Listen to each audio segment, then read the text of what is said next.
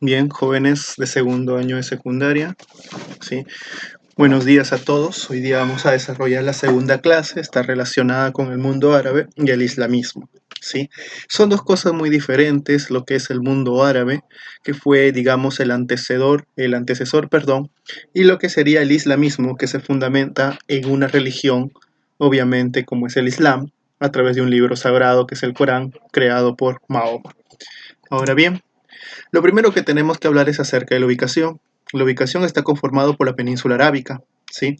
Esta península arábica, cuando inicia lo que es este desarrollo de la civilización islámica, está conformada por un conjunto de diferentes tribus, muy belicosas entre ellas, porque cada una de ellas quería tomar el control y a la vez también el poder. Muchas de estas tribus belicosas y divididas tenían un dios, digamos, una deidad. Y esa deidad, pues la mayoría de ellas se ubicaban en lo que es la Meca, que se va a encontrar en este sector de acá. ¿Sí? Entonces, bajo estas deidades se encontraba la división política y religiosa de todo el sector arábico. Ahora, ¿por qué es importante mencionar esto? Porque no se puede hablar del Islam si es que no se habla acerca de la unificación de todas estas tribus, de todos estos pueblos que se encontraban en esta península arábica. ¿Sí? Ahora bien, pasamos. Obviamente tenemos que hablar acerca del Corán, pero más que hablar del Corán, tenemos que hablar acerca de Mahoma. ¿Sí?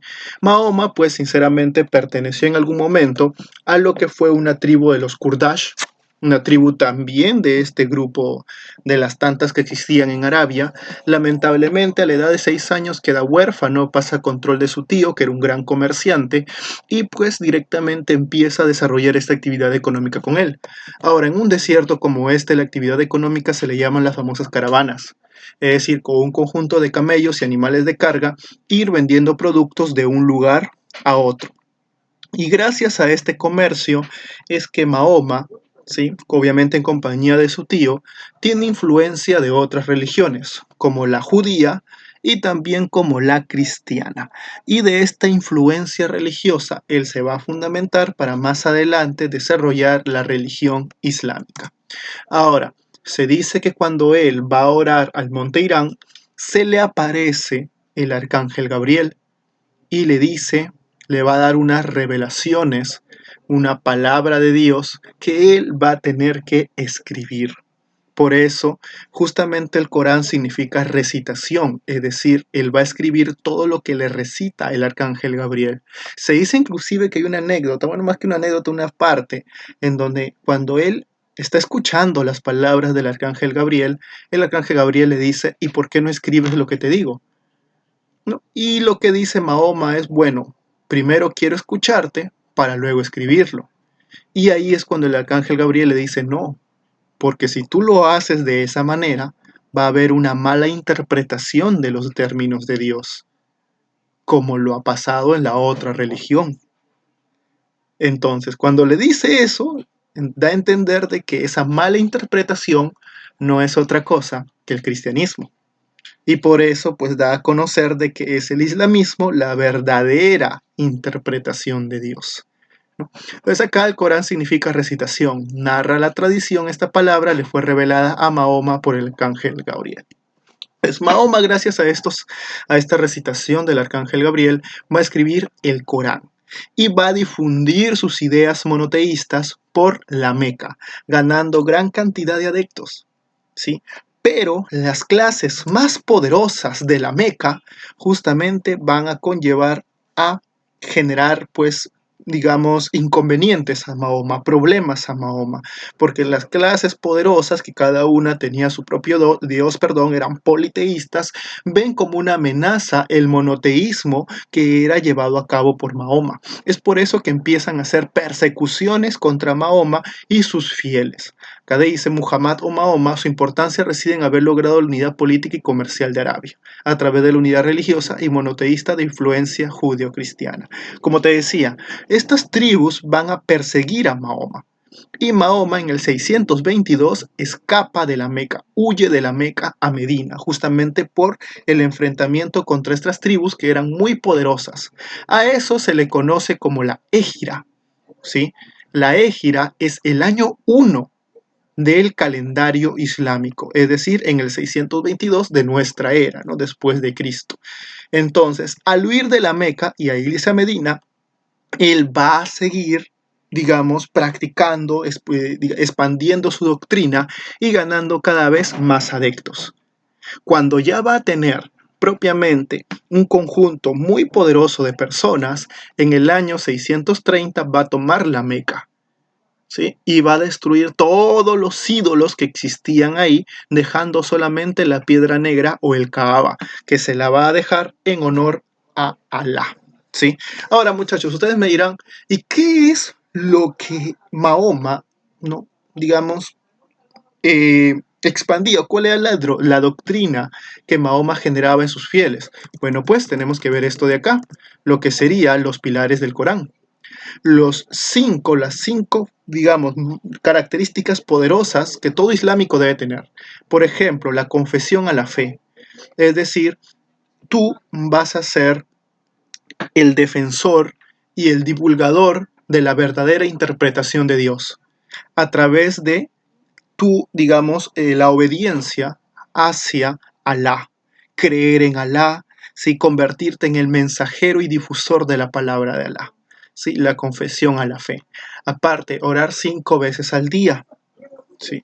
Aparte de ello, dar limosna a los pobres, ayunar en el mes de Ramadán, ¿sí? Y también lo que sería peregrinar a la Meca. Estos 5 pilares te convierten directamente en lo que sería el seguidor de Alá.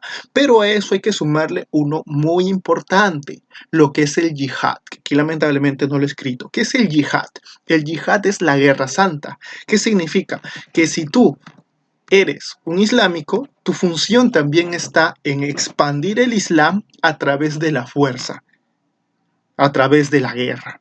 Y si tú lo haces y mueres, obviamente, en estos enfrentamientos, pues irás a un paraíso donde pues los ríos serán de leche y vas a vivir rodeado de miles de placeres. No, un paraíso, un paraíso. Entonces, su doctrina no solamente se fundamenta en ser un buen islámico, sino también se fundamenta en expandir el Islam.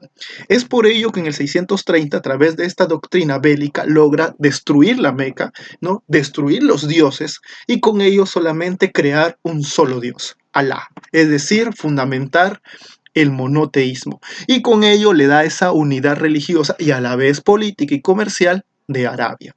Entonces todos los pueblos que se encontraban en Arabia, que cada uno tenía su propia deidad, ahora se van a unificar. Se van a unificar y se van a convertir en una sola religión. Y al unificarse se van a hacer muy poderosos, sinceramente muy poderosos, ¿sí? Digamos que el accionar de Mahoma es paralelamente comparable al accionar de Moisés en el Antiguo Testamento, cuando unifica la religión cristiana, ¿no? Entonces, una vez ya unificados, va a comenzar la expansión de lo que vendría a ser este Islam. Gracias a ello va a lograr unificar África, todo lo que es el norte de África, Asia, la zona asiática, y Europa, la península ibérica. Ustedes recordarán que en la península ibérica había un grupo, los visigodos, pues los visigodos van a ser vencidos por los árabes, ¿sí? Por estos islámicos, y van a terminar acá, en Asturias, en esta partecita norte, y de ahí todo el control va a pasar en manos directamente de los musulmanes. ¿Querían entrar a Europa? Claro, pero acá en la famosa batalla de Poitiers va a ser vencidos por los francos. Eso ya lo hemos hablado antes. Gracias a eso los islámicos, bueno, debido a eso los islámicos no logran entrar a Europa, si solamente se quedan en estas regiones. Y ahora tú dirás, profesor, una expansión tan extensa, claro, el yihad, pues. El yihad es lo que permite la expansión del mundo islámico, ya que si eres un verdadero fiel de Alá, pues en tu misión está expandir la verdadera doctrina de él, ¿sí? Y gracias a ello, a esta expansión principalmente de carácter militar, se va a aumentar lo que es el comercio marítimo y el terrestre, las caravanas. Comercio marítimo a través de circuitos comerciales, ¿sí? Y a través de caravanas terrestres. Entonces, es impresionante lo que económicamente logra este expansionismo y sobre todo esta unidad arábica. En la organización política, obviamente va a estar el califa, una vez que muere Mahoma en el 622, va a estar el califa, ¿sí? El jefe político y a la vez religioso. Luego va a estar el gran visir. El gran visir es el primer ministro. Ahora, había un problema entre el califa, ¿no? ¿Quién debía ser el sucesor de Mahoma? ¿Debía ser un seguidor de Mahoma o debía ser un familiar de Mahoma? ¿Por qué? Porque Mahoma tuvo una hija, perdón, Fátima. Y por eso se va a crear un grupo llamado los Fatimíes. Los Fatimíes, pertenecientes a los chiitas, dicen que debe ser alguien de sangre de Mahoma la que tiene que continuar la religión. Mientras que por otro lado tenemos a los sunitas. Los sunitas no dicen que debe ser la sangre o la familia de Mahoma, sino aquel que tenga los ideales y que haya sido seguidor de Mahoma. Entonces acá es un enfrentamiento en quién debe tener el poder. El que lo es por capacidad o el que lo es por sangre, ¿no? Entonces va a haber un enfrentamiento entre sunitas y chiitas, ¿no? Dos grupos muy diferentes. Ahora bien, acá encontramos la organización administrativa. Tenemos al califa, la suprema autoridad, el visir, el encargado de los asuntos del Estado, los emires, gobernadores provinciales, que en algún momento, por ejemplo, va a estar el emir de la península ibérica, ¿sí? El famoso califato de Córdoba, pero que más adelante va a haber una separación. Es decir, los enfrentamientos entre estos líderes se van a terminar desintegrando todo este expansionismo islámico. Y los cadíes, que son los que administran la justicia en cada uno de estos lugares. Tenemos los califatos. Tenemos el primero es el califato ortodoxo. La capital está en Medina y va a ser el inicio de la expansión. El califato ortodoxo, más o menos vamos a encontrarlo acá, los primeros califas del 632 al 661, lo vamos a tener en este sector. Específicamente todo esto va a ser el califato ortodoxo, los seguidores de Mahoma. Posteriormente viene el califato Meya. Su capital va a estar en Damasco, ¿sí? Va a ser Damasco la nueva capital y va a lograr la máxima expansión territorial. ¿Sí? Toda la máxima expansión territorial. Luego vienen los abasides, que lo único que van a lograr es tener el control de las islas de Sicilia, ¿sí? Y finalmente en el periodo de los abasides se va a dar la fragmentación en varios califatos independientes, como por ejemplo el califato de Bagdad, el califato de Damasco, el califato del Cairo, el califato de Córdoba. ¿No? Se va a dividir, lamentablemente, este imperio va a ser dividido, ¿no? Se va a dividir por la fragmentación de poder entre todos estos califas. Y también este enfrentamiento interno que te digo entre chiitas y sunitas. Ahora, ¿cuáles son los principales aportes importantes de esta religión o de esta cultura islámica? Hay muchos. Por ejemplo, en el caso de la alquimia, la protoquímica. Y es que ellos buscaban, digamos, encontrar la fuente de la eterna juventud. ¿Sí? Y para ello hacían, digamos, diferentes combinaciones de elementos químicos para lograr el elixir. También buscaban convertir el plomo en oro, y para ello ellos buscaban la famosa piedra filosofal, ¿no? Esta piedra filosofal que debía ser una piedra primigenia que conllevara a la transformación de estos metales. A pesar de estos, que te digo, experimentos alquimistas, ellos lograron el desarrollo de la protoquímica, ¿no? Es decir, una división de los elementos químicos. Claro que no es la química la ciencia moderna, ¿no? De ahí viene el nombre proto, ¿no? Anterior a la química.